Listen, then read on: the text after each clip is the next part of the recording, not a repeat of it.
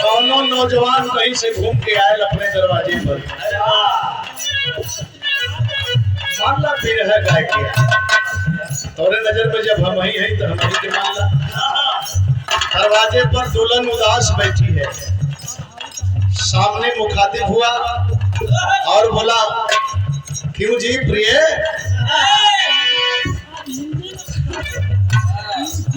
क्यों जी प्रिय, बड़ा उदास बैठी हो।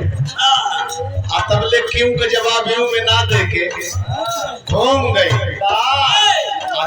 मेहरुआ हो भैया, आज जब घूम गई तो उधर गया, अरे भाई क्या बात है, रुखे न मिला होते पूरा चक्कर काट गई। मनसेतु के कहे के परगल कह रहा है क्या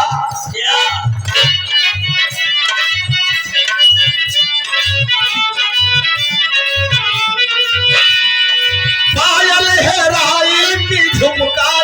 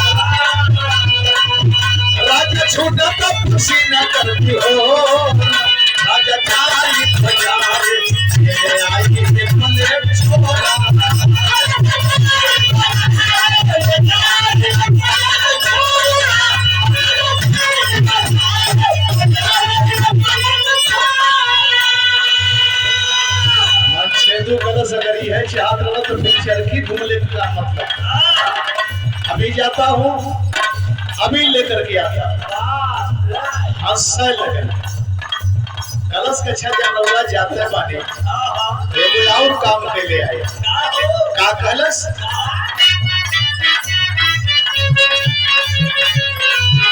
राजा काला साड़ी लई हो, राजा काला साड़ी लई हो, में से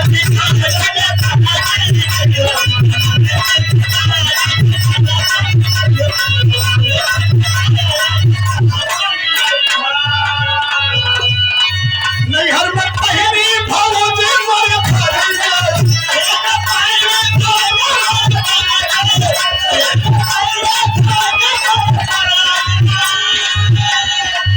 नैहर में पहली भौज मन पर सारी ससुराल पहली सारी ससुराल पहली देवतवा भाभी खा जाई